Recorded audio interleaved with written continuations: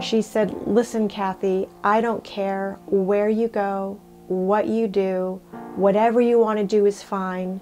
I ask one thing, will you please get on the plane and just let everybody see you get on the plane as a family, and then when we land, do whatever you want.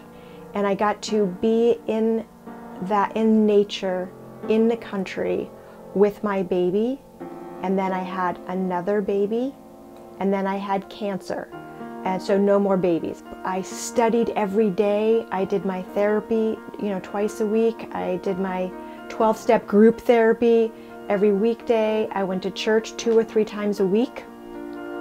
That was a beautiful healing time for me. And this whole period was really trying to learn how to be a human being.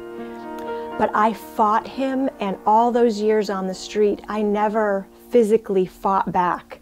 I tried to protect myself, tried to survive this situation, but I never, ever fought back because they would kill me. So this was my first time, oh no, you are not gonna hit me, and I bit and I punched, and he won, but I fought back and I didn't die. And I wanted the kids to see that I was being kind to their dad, even though he was behaving like a predator.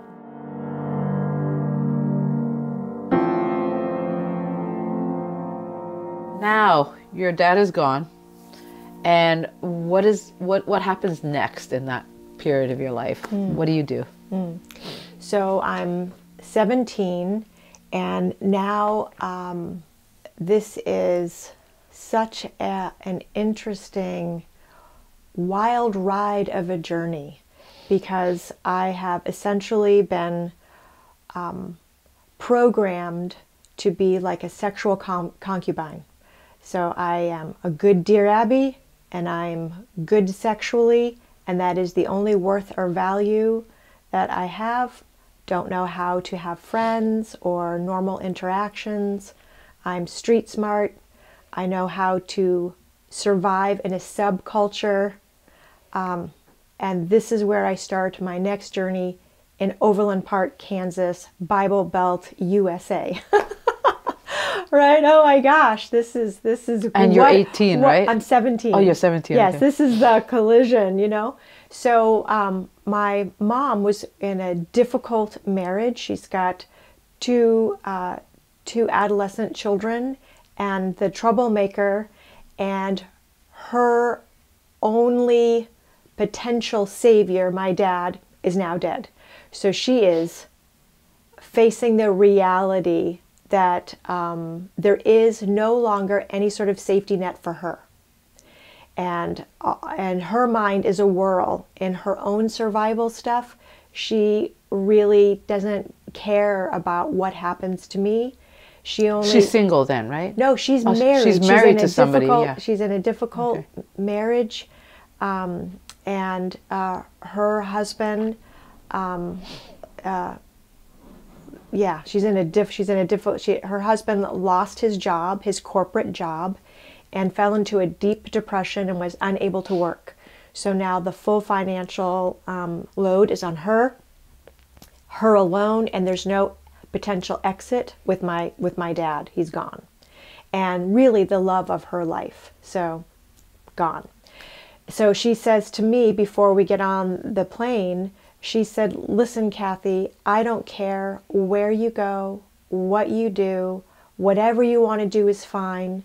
I ask one thing, will you please get on the plane and just let everybody see you get on the plane as a family, and then when we land, do whatever you want.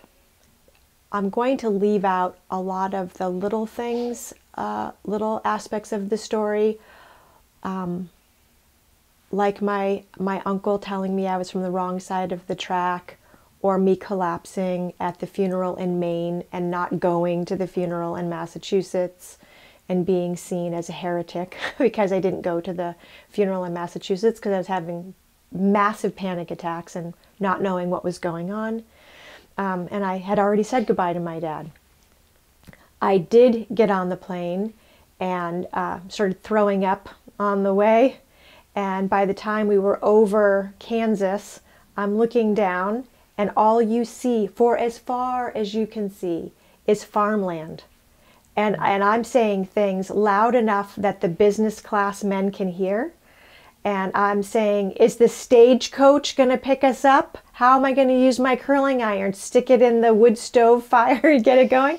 And they're laughing, I'm laughing. And that was a one moment of joy, you know, was being able to make people laugh. And when we land, the home that we have, my mother and stepfather and brother and sister have bedrooms upstairs, and they gave me what was someone's sewing closet. And so I'm in this sewing closet, and she tries to get me to go to a regular school. You know, I have a tattoo, bleach blonde hair, remnants of old braces on my mouth. I smoke like a sailor. I cuss like a sailor.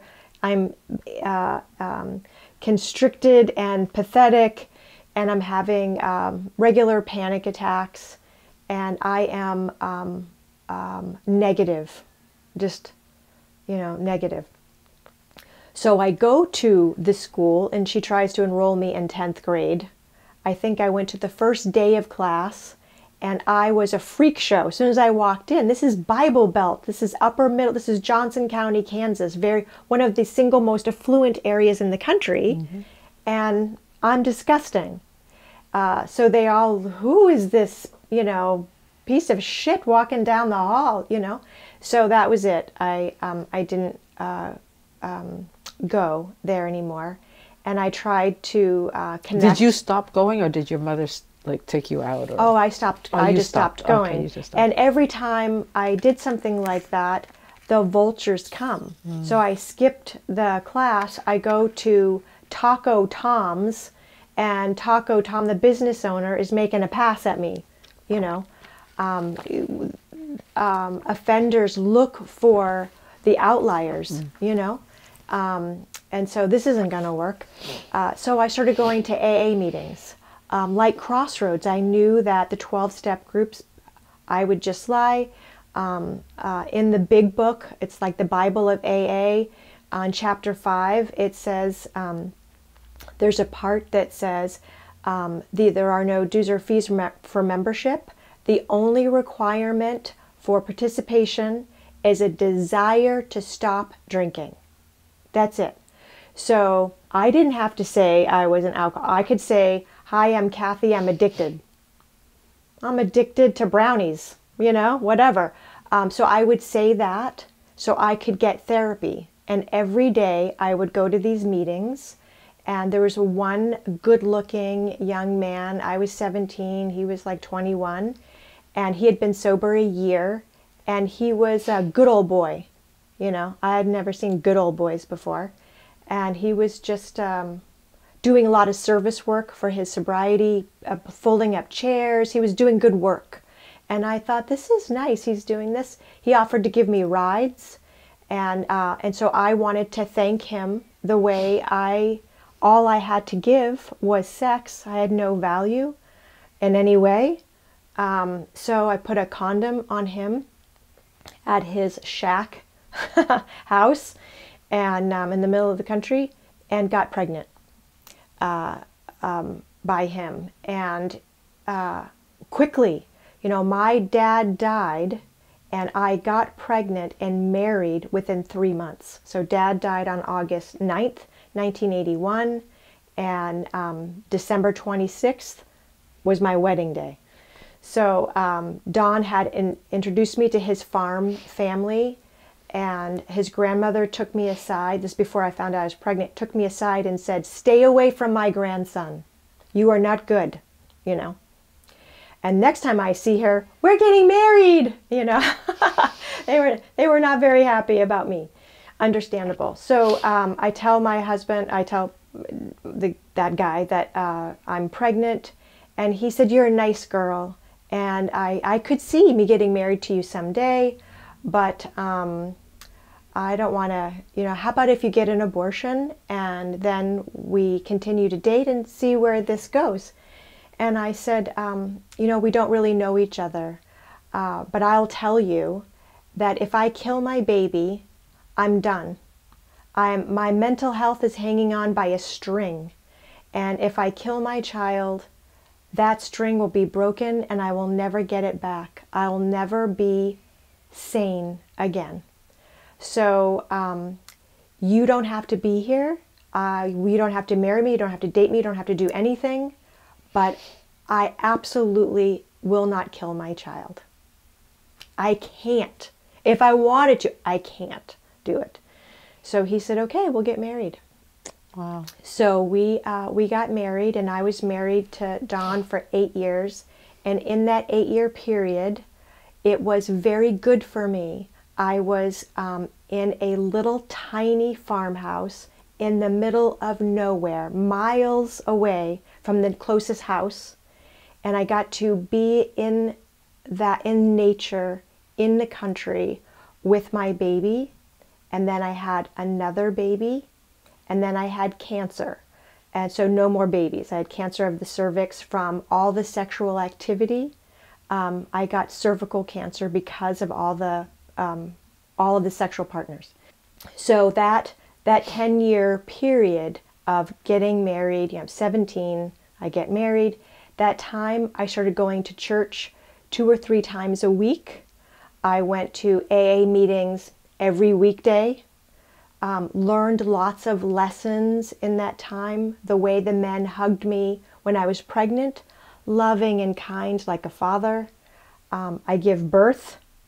Hugs were totally different, Wow. And I'm like, oh my gosh, So that time was settling in, weekly one-on-one therapy, weekly group therapy with the Christian counselor.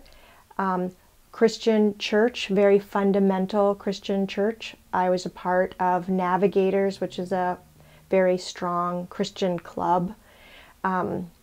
I was listening to Focus on the Family, which was a child rearing, Dr. Dobson, and all I could think about was, how can I be a good Christian wife and mother and community person? Because in doing that, I could have the family and the love and the friends that I never had and always wanted. At the same time that I have this great hope and aspiration for this kind of life, I'm dealing with acute post-traumatic stress disorder, daily panic attacks, horrific, relentless anxiety. It was awful, and I was unable to take anti-anxiety, anti-depression medication. So in my group, everybody in my group therapy were all on medication. I was the only one not on the medication, but that was a crucial period. And then also I'm dealing with my father-in-law is, after my second child, is making sexual advances to me and asking me, hey, you and I could be lovers. No one would ever suspect the two of us, And I'm, triggers are coming up in my world that I have to navigate around during that time, because I don't understand sexual boundaries. I don't, but I know that this isn't right. He's not supposed to be hitting on me, and I'm reverting to old behavior. Oh, I am so honored that you would think of me to be your lover. Wow, I'm so, wonderful. But I bet another person would be better than me. You could choose so-and-so or so-and-so. So the victim mentality of how you do things, and the arguing in my therapy sessions, you're a victim. No, I'm not. I'm a whore that Jesus Christ has forgiven. I'm okay with this. Why aren't you okay with this? I just want the post-traumatic episodes to go away. I'm tired of the nightmares. I'm tired of the flashbacks. Just make this go away. I don't want to talk about victim. I'm not a victim, So this is all that period trying to come to terms with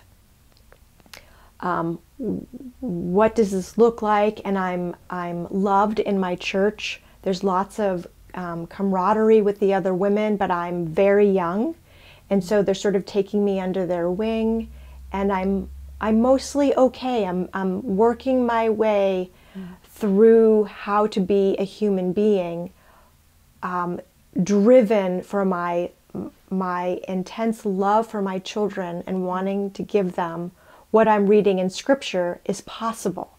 So that's my driving force. And When your daughter was born, you were 18, right?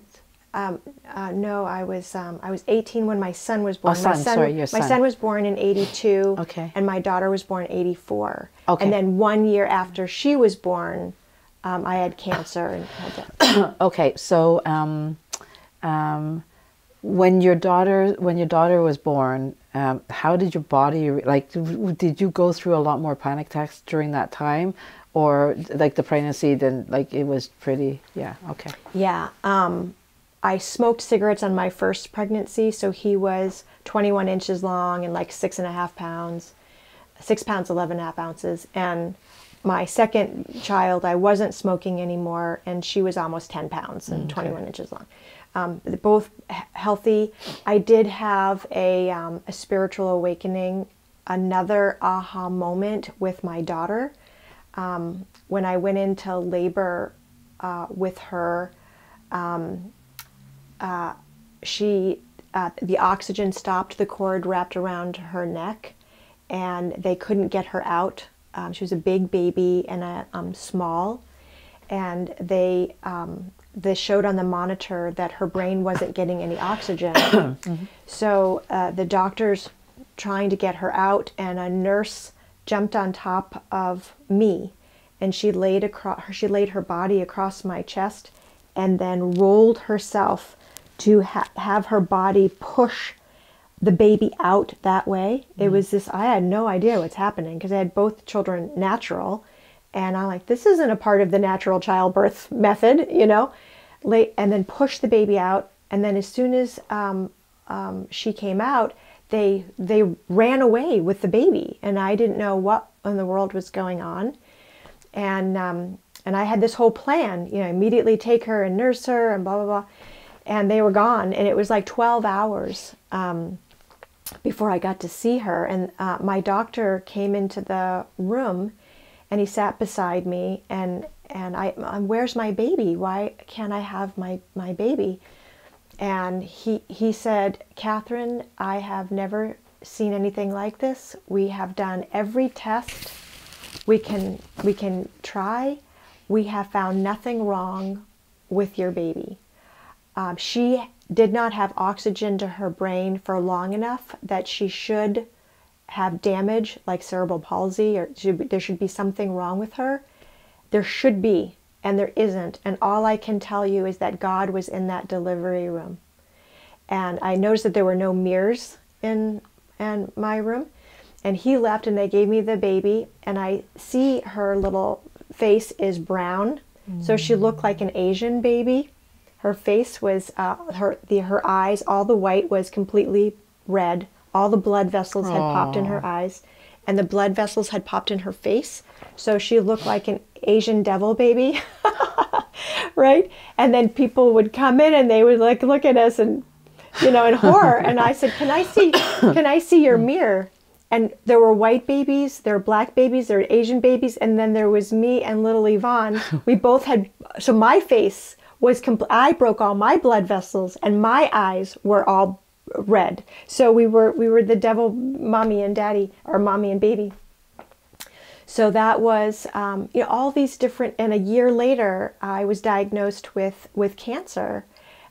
Just another God job, just catching it in time and being able to do the hysterectomy. So that, and at the end of that 8 years of marriage, that's when I had an event happen where I knew that I was a victim, and I was able to do a deeper dive. And my husband left me for another woman. He said, I don't. After your cancer? After my cancer. Recovery? after my cancer. I was 25 years old, and we had been married 8 years, and he left. And that started the next 20 years, the next 10 years of, that was great. That was a wonderful foundation for me, being married to him. I was able to spend 24/7 with those little babies, and that was the joy of my life. I got to study what children need developmentally, mentally. I studied every day. I did my therapy, twice a week. I did my 12-step group therapy every weekday. I went to church 2 or 3 times a week. That was a beautiful healing time for me. It also, the family wasn't that healthy, and who did I attract? Of course I attracted him. And then after the divorce, now it is another, I'm 25 years old, so that 25 to 35, that next 10 years, is the kind of therapy that I never would have gotten, and the experiences that I never would have gotten if I would have stayed married to him in that environment. So it seemed like awful, devastating at the time to be divorced, but really it was working together for a greater good for that next 35 years, still doing a community service, feeding the homeless and whatever I could do for service.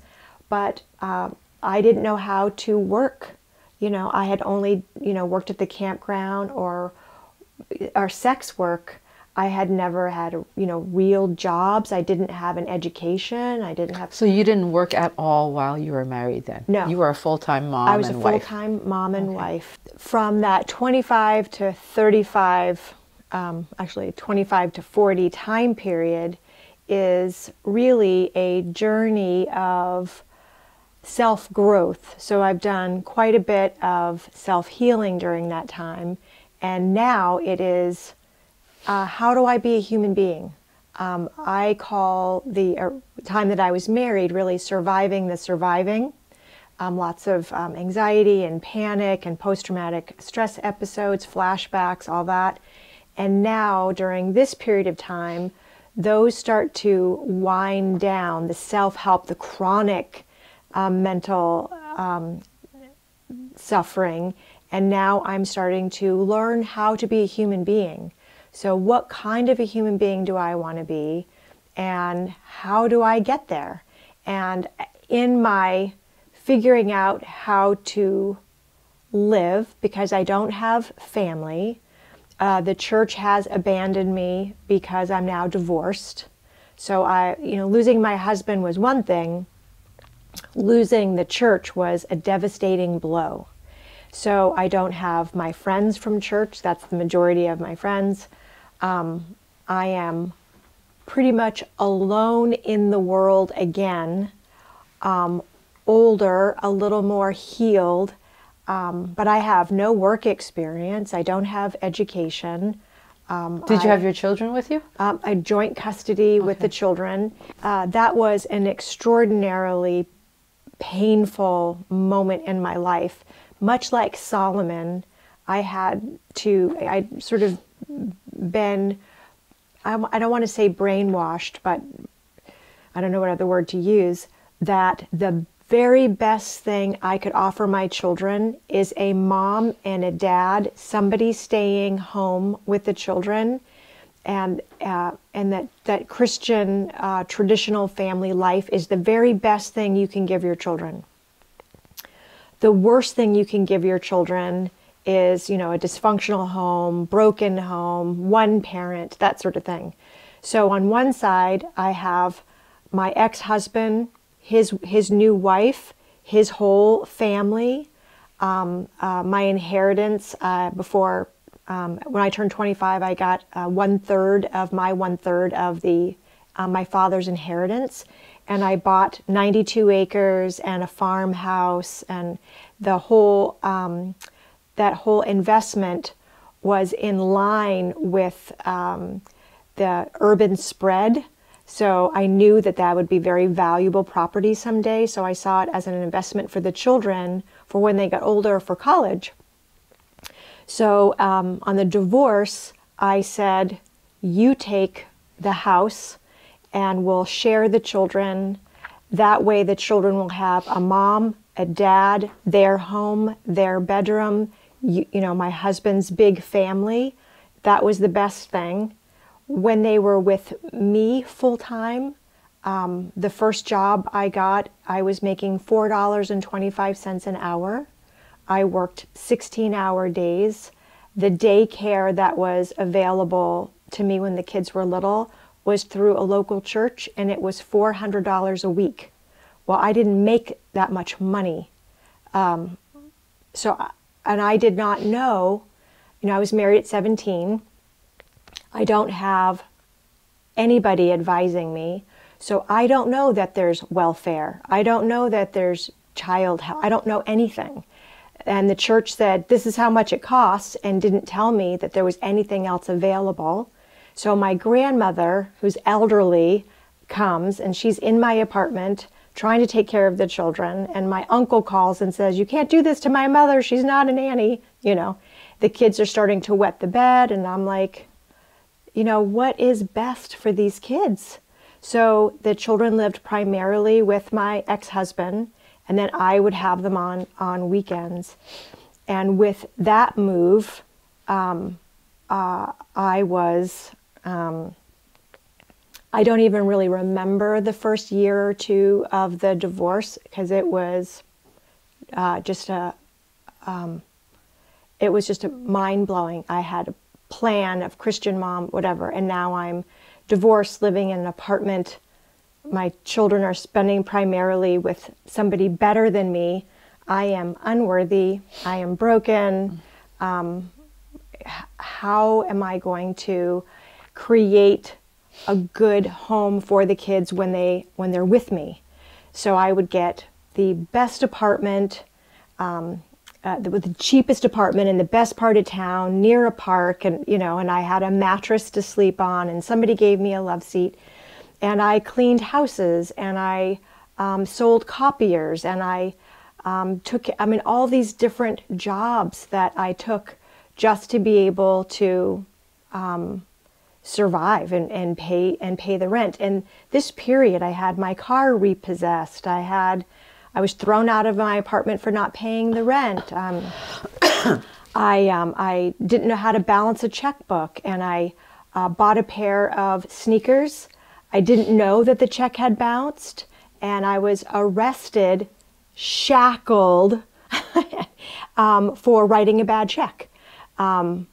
You know, not knowing who to call for a bail bondsman. And so it was all these learning how to be a human being, and the different kinds of relationships. And this whole period was really trying to learn how to be a human being. And there were these great moments of learning how to do. I was a very hard worker, and so I would learn how to do things. Like one of this time period that was significant was I got into a relationship with a man. It was my first real relationship after the divorce, and he beat me. And that sounds like it was awful, when in reality, that was exactly what I needed early on after the divorce, because I fought back.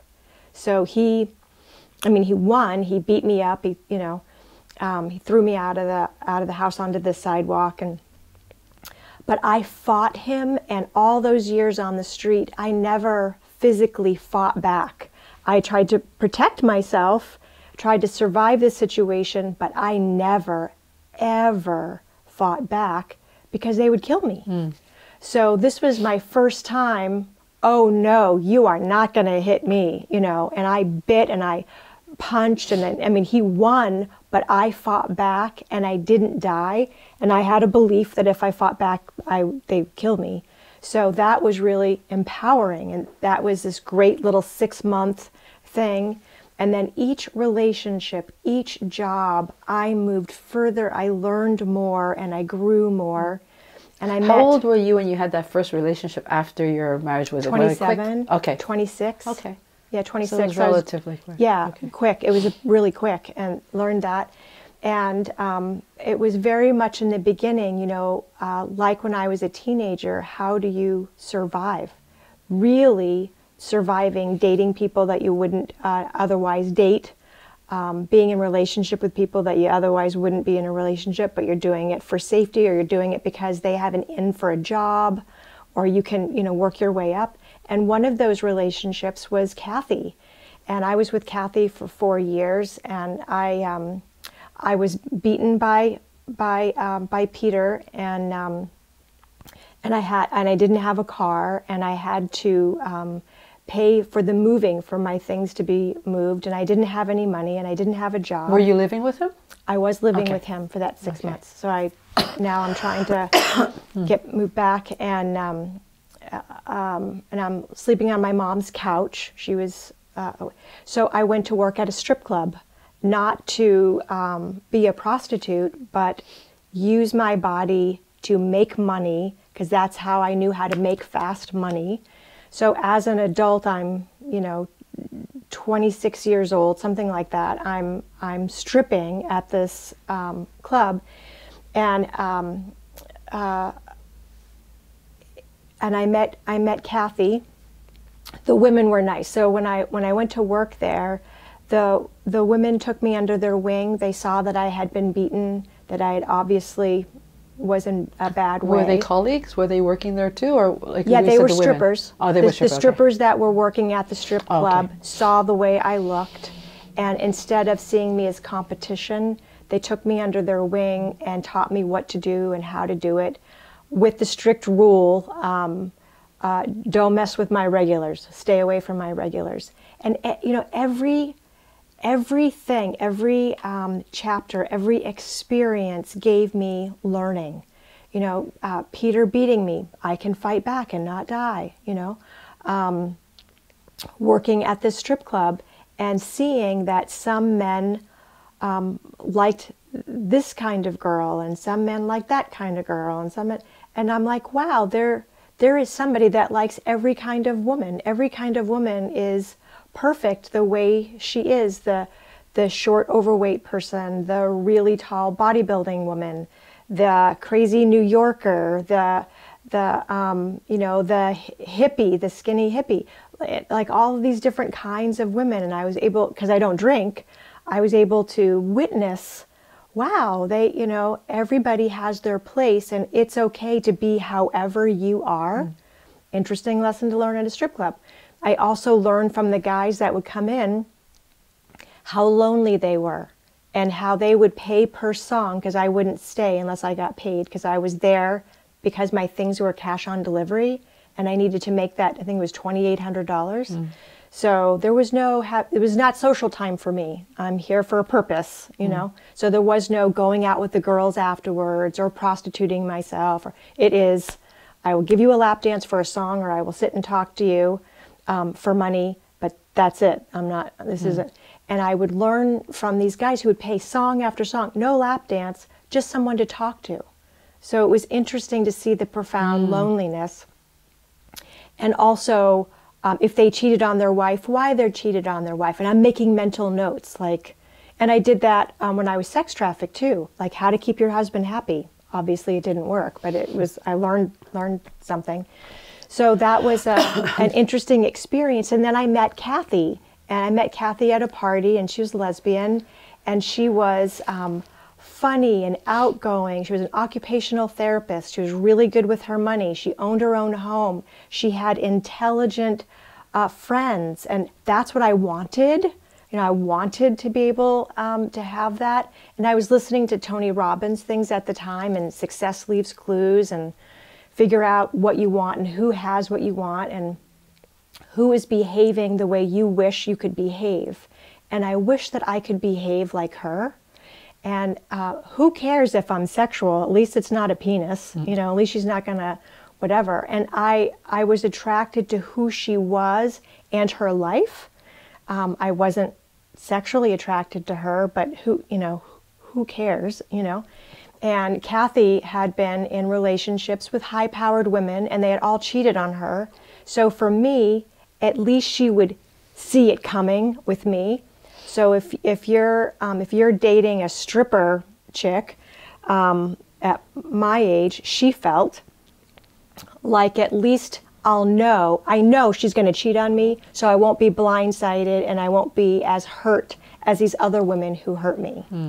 And much to her family's surprise, we stayed together 4 years, and I went to vocational school and learned how to be a home health nurse and a home health aide, a nursing assistant, and I worked in a medical office, and I got my GED at the local college. And it was interesting to be in the gay community. Our local church, the Johnson County Community College, not church, I was a part of the organization that had the first gay and lesbian group. They had never had a gay and lesbian group on campus before. So I was a part of getting that to happen. So lots of learning and also seeing prejudices. So in the gay community, seeing how the lesbians would be prejudiced against the gay men, and the gay men would be prejudiced against the female impersonators. And I was like, wow, isn't this interesting that people that you would think would be sensitive to this sort of racism or injustice would be the perpetrators of that on other ones. So each was a learning curve. And then from Kathy, I ended my relationship with Kathy, and I was doing home health. And now I'm... So you did home health after you broke up with her? Well, I did home health. I did home health with Kathy. Okay. So with Kathy, okay. I got a car, and she taught me about how to save up money and how to balance your checkbook. And wow. So all that with her, and then being around these really highly intelligent women, like literally doctors, lawyers, movie producers. One lady was a doctor and a lawyer, and she was chief of staff at a local hospital. And these aha moments, like being in the car with these ladies on a long drive, we were doing a hike, and the most educated woman, and I said in the car, I said, I'm so intimidated. I have my GED, and I'm on the dean's list. I can't seem to get my associate's degree because I can't get through fundamentals of math. And here you are, so highly educated. And Beth, at the time, who was the chief of staff at a prestigious hospital in town, she looked in the rearview mirror and she said, I have spent my life avoiding anything emotional by being engaged in education. You are so much further along in your healing and your emotional intelligence than I will ever be. And I was like, wow, that's interesting, Later on, a number of years ago, she committed suicide. So interesting that I remember that conversation, and she later. So this time period was such a time of learning. I went to, in these little aha moments, like I went to the Hoffman Quadrinity process, and that is a week-long training where you heal your mom and dad issues. So I'm constantly staying on top of growing and learning, and I went to this process, and I had an interesting spiritual awakening through that process. The way that I processed pain was different than how the other people processed their pain. But being able to see where your comfort zone is. Are you comfortable in the front of the line, or are you more comfortable in the back of the line? Are you more comfortable in the middle part of the line? So the learning who you are. So personality tests at the college, ENFP, type 2 Enneagram, Taurus, Wood Dragon, all of these things. Very right brain. So who are you? So it's self-discovery then. It's a total. So I didn't get to do that in high school or college. So this time, what sort of skills do you have? What sort of skills am I comfortable learning? This whole process of who am I? Who do I want to be? What do I need to know and learn and mimic in order to get there? So it's this whole continuing process. And from Kathy, I took a couple of years of prerequisite classes at Unity Village in Lee Summit, Missouri. What age were you then when you left Kathy? I was 30. Okay. Because you're still young. I mean, 30. And, I wanted to be a Unity minister. And so I was taking the classes for Unity minister. I was doing home health. Kathy and I ended. Once again, there were people in Kathy's family who didn't want her with someone like me. So that really caused, there were several months that Kathy's family didn't speak to her in hopes that not speaking to her would cause her to break up with me. So, there's the dealing with your ex-husband and dealing with, his new wife and, joint custody stuff. And it was just that whole time period from 25 to 40 was just interesting. So after Kathy, I'm doing my own home health. I've got my own apartment and I'm learning how to be like Kathy, independent and managing my money and continuing these landmark education is another process that I learned, and Gestalt therapy and breath work. And I've seen workshops with Ram Dass, with Carolyn Miss, with Gay and Catlin Hendricks. I've seen Wayne Dyer dozens of times, and figuring out spirituality with Brian Weiss and how did you Marianne Williamson. Get access to all that information? 'Cause this is before the time of internet and everything. Did you seek it, or did people just show up in your life? Well, so Kathy's mother was a recovering Catholic and was going to Unity Church in Overland Park. Okay. And so, Mary Omwake was the minister of that church then. And at that church, she was really high-minded. So she had Martin Luther King's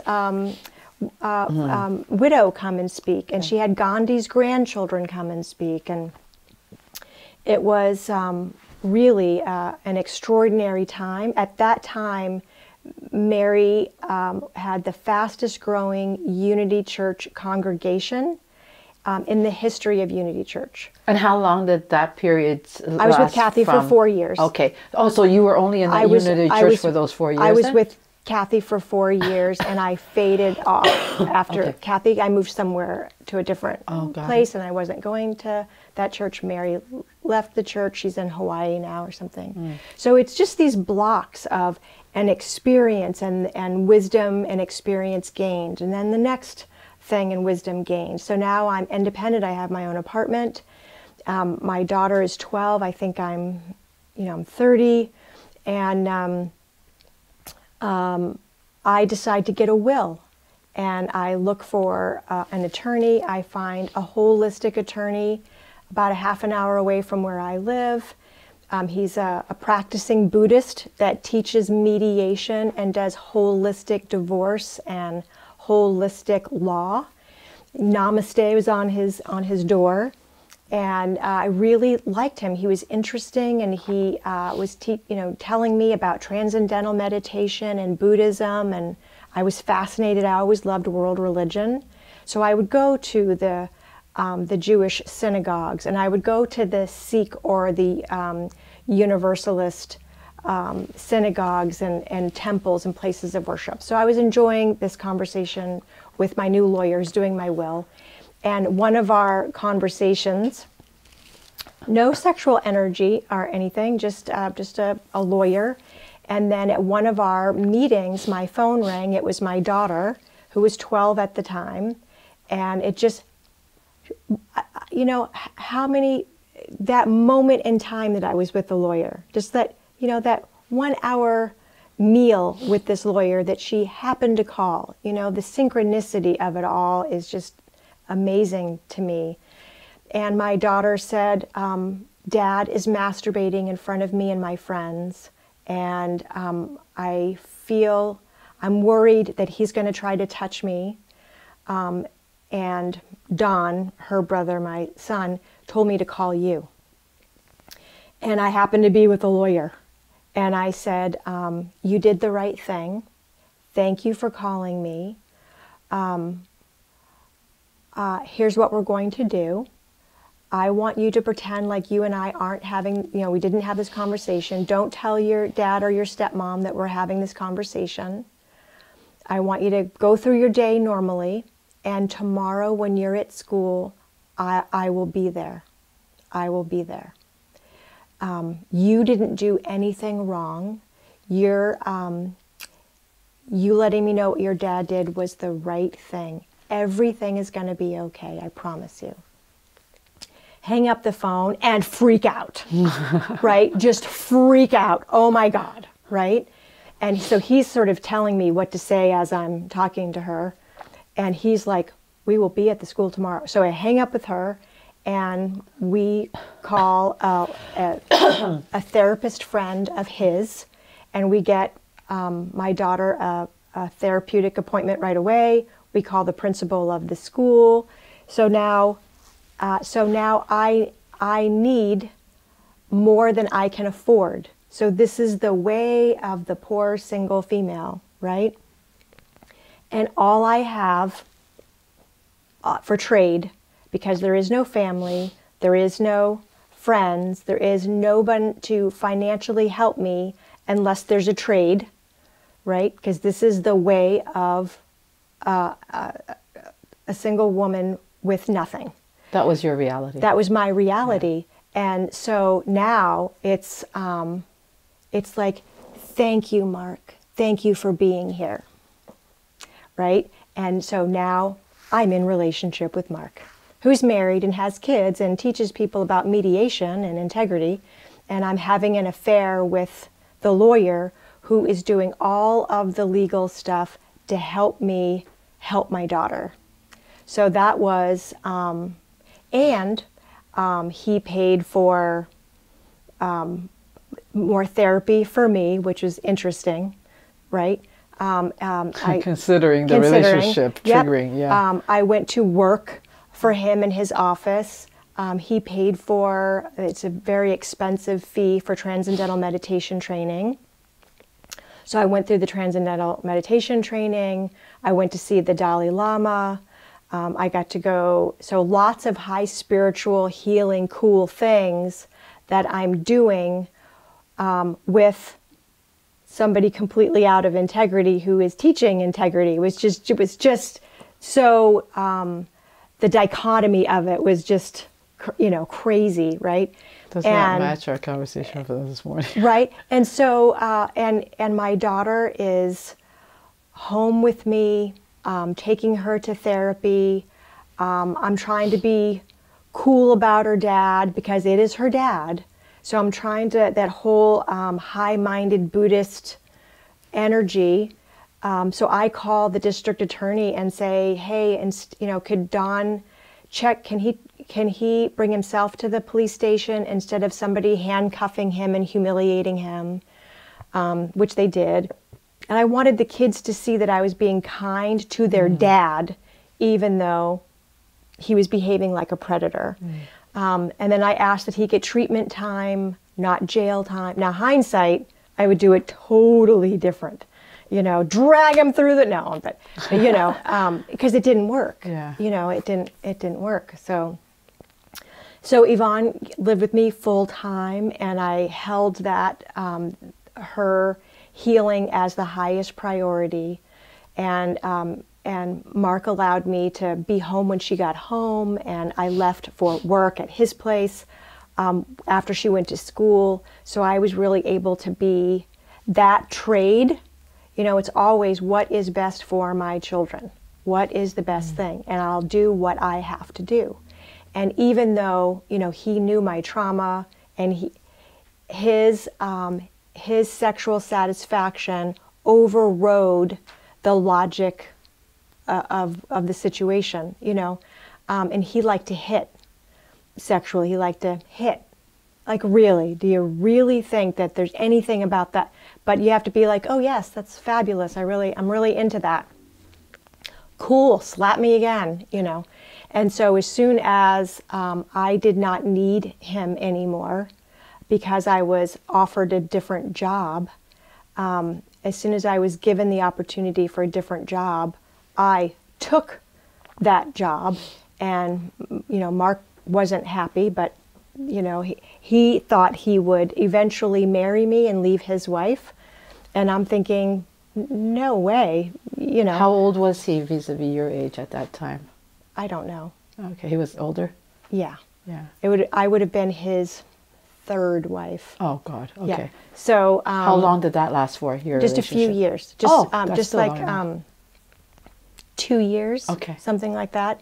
And so now the lady at the gym told me about a Bostonian, and she was trying to work with him on a business venture. He was from Zurich. He was a VP.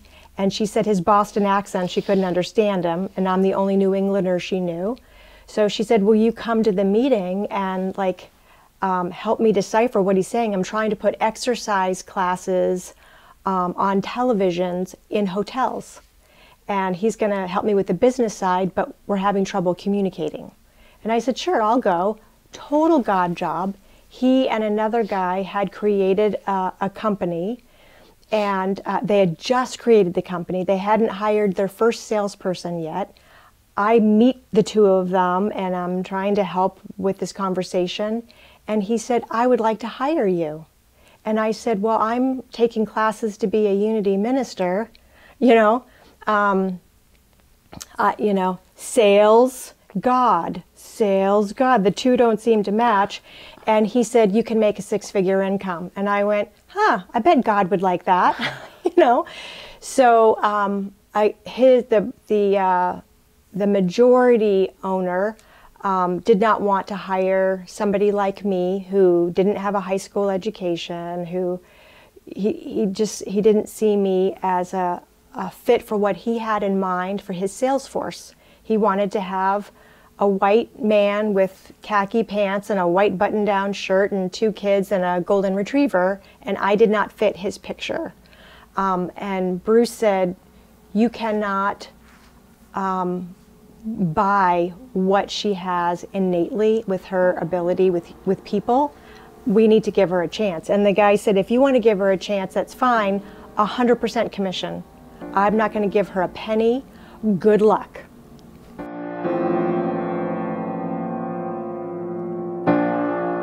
I went from business to business to business, cold calling, and lots of stuff happened in that nearly 10 years I was in this particular company, but I became the top selling salesperson in the industry, never mind our company, but in the industry across the United States. And by myself, signed the papers, bought my first house as a single woman, but the highlight was meeting my husband. I met him at 47, he was 52. I traded a mother should, blah, blah, blah, to, hey, I'm the good person, my brother and sister are good people, and appreciate who she is and the way she is, and not expect her to be anything different than who she is. And you could see the audience, the oxygen had left the room.